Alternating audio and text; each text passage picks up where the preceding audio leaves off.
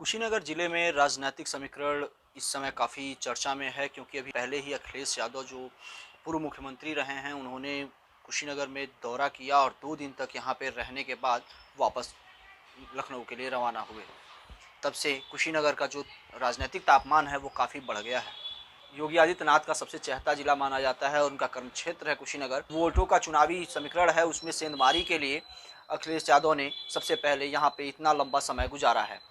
इसी सब बातों पे चर्चा करने के लिए हम नरेंद्र वर्मा जी से बात करेंगे, जो एक पुराने सोशलिस्ट और दर्जे के नेता रहे हैं। उनसे ही बात करेंगे क्या इनका मानना है कि अखिलेश का आना कितना लाभकारी समाजवादी पार्टी के लिए होगा और कितना नुकसानदायक अन्य पार्टियों का होगा, और कुशीनगर का राजनीतिक समीकरण क्या होगा।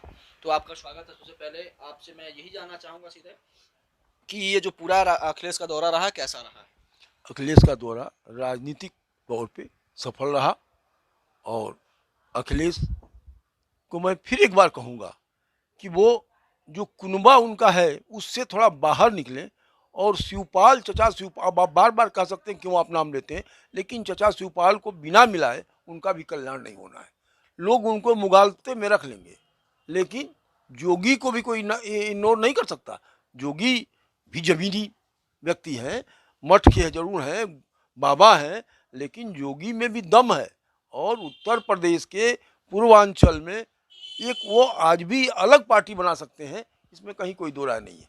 लेकिन कांग्रेस और वो कम्युनिस्ट भी कम नहीं रहते थे, कभी यह जमाना एक था। लेकिन आज के दौर में अखिलेश यादव केवल मात्र और मात्र 2 दिन यहाँ इसलिए रुके कि यहाँ के समाजवादियों को समेटें, पुरानों से मिले।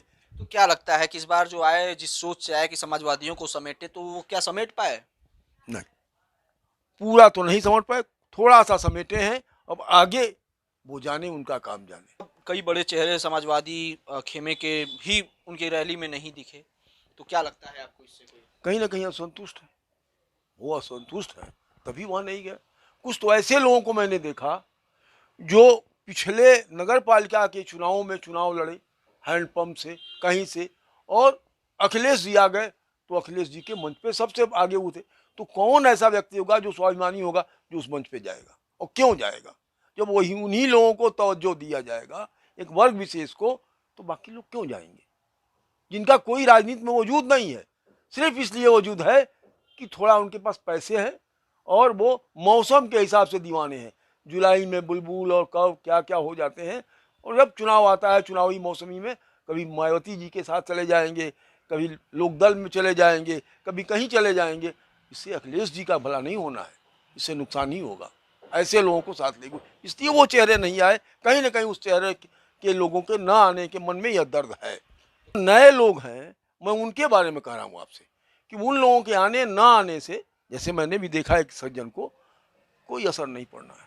वो अखिलेश के नाम पे वोट है, मुलायम सिंह जी के नाम पे वोट है, और वही वोट इनके साथ है। चूंकि ये पिछला जो अगर चुनाव की हम बात करें तो उसमें 7 में से 5 पे भाजपा, 1 पे भाजपा, और जो भाजपा की सहयोगी रही, और बाकी एक कांग्रेस। बाकी सपा का कहीं पे भी कहीं नामो निशान नहीं था। दूसरे और तीसरे नंबर पे 3 जगहों में थी, बाकी जगह जमानत जब्त हो गई थी इनकी। तो क्या कहते हैं इस पे, रुकने का कारण ये भी है क्या? जी हाँ, एकदम यही कारण है। आपने सही पूछा कि जहाँ जमानत नहीं बची, जो मुलायम सिंह का कटोरा था, वहाँ एक आदमी, एक एमएलए नहीं हो सका। क्या कारण है? निश्चित तौर पे अखिलेश जी के माथे में यह बात ठनका होगा, और इसीलिए वो रुक करके रात को सबसे बात किए होंगे, चाहे नए समाजवादी हों, चाहे पुराने हों, चाहे उधर के हों, चाहे इधर से आए हों। लेकिन रख के अब लालजी वर्मा जी को आप देख लीजिए, हमारे साथ हम लोग रहे हैं, एक कद्दावर व्यक्ति थे। समाजवादी पार्टी से मुलायम सिंह जी ने उनको एमएलसी बनवाया, और वो भी आज मायावती जी के साथ गए, फिर मायावती जी को छोड़ के आ गए अखिलेश जी के साथ। क्यों आए? इसलिए ना आए कि उनको अखिलेश जी पर भरोसा है, या और तमाम लोग आए। और बाकी लोगों पर तो ऐसा नहीं है जो इस जनपद में कभी यहाँ कभी वहाँ कभी वहाँ रहते हैं, और आपसे भी छिपा नहीं है। एक एक साल में लोग रोज रोज दल बदलते हैं, तो ऐसे लोगों पर क्या भरोसा किया जाए, आप बता दीजिए। अभी ये जो चुनावी दौरा रहा इनका, और काफी लंबा रोड शो भी रहा विजय रथ का, तो लंबी दूरी रही और लोगों की भीड़ दिखी। तो उस भीड़ के बाद भी और चुनाव में ये जो चुनावी दौरा था, इसमें भी नेताओं में, सपा के ही नेताओं में कुछ मतभेद देखा गया।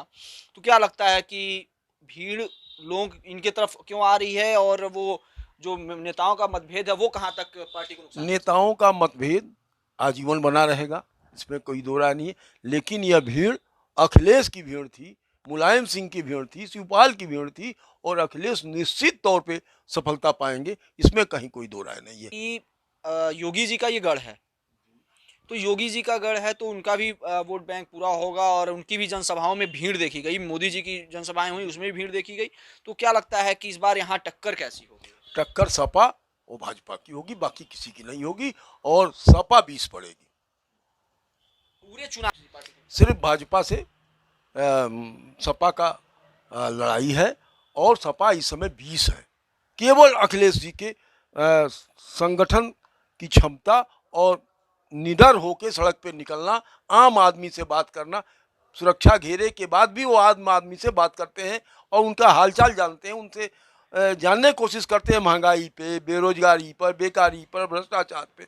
आज आप चले जाइए, दुनिया को छोड़ दीजिए, इसी पडरौना में, मैं नाम नहीं लूँगा, एक आरएसएस के कार्यकर्ता को, जो प्रदेश के प्रमुख रहे, शारीरिक प्रमुख रहे संभवतः, उनके साथ पुलिस ने जो दुर्व्यवहार किया, और कोई बोलने वाला नहीं। एक रजनीकांत जी थोड़ा बहुत बोले, बाकी कोई नहीं बोला।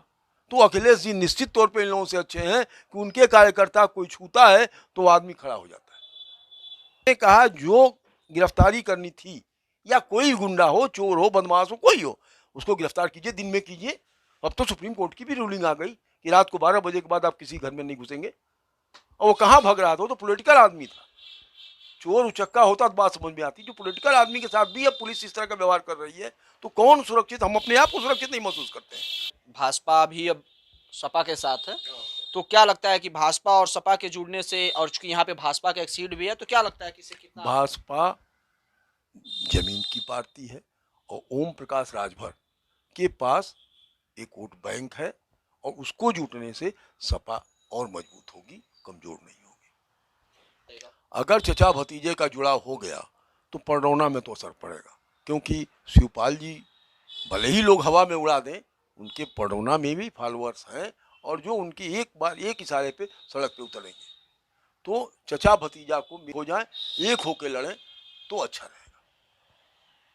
तो जैसा कि आपने सुना कि सपा की जो ये राजनीतिक दौरा रहा है पूर्व मुख्यमंत्री अखिलेश यादव का, वो कहीं ना कहीं काफ़ी मायनों में अहम रहा है। जो योगी के ये गढ़ जो है, उसमें कहीं ना कहीं छेद करने की क्षमता रखता है। पर वहीं उनके चचा और भतीजे का जो विवाद चल रहा है उस पे, और उनके पार्टी के अंदर जो खलल है, और नए चेहरों को ज़्यादा तवज्जो और पुरानों को जो दरकिनार किया जा रहा है, उस पर भी सपा को सुधार करने की ज़रूरत पड़ेगी। अनूप कुमार, कुशीनगर। हमसे जुड़े रहने के लिए हमारे YouTube चैनल को सब्सक्राइब करें और नई वीडियो की नोटिफिकेशन के लिए बेल आइकॉन को दबाएं। अगर आप ये वीडियो Facebook पर देख रहे हैं तो लाइक जरूर करें और ज्यादा से ज्यादा शेयर करें। धन्यवाद।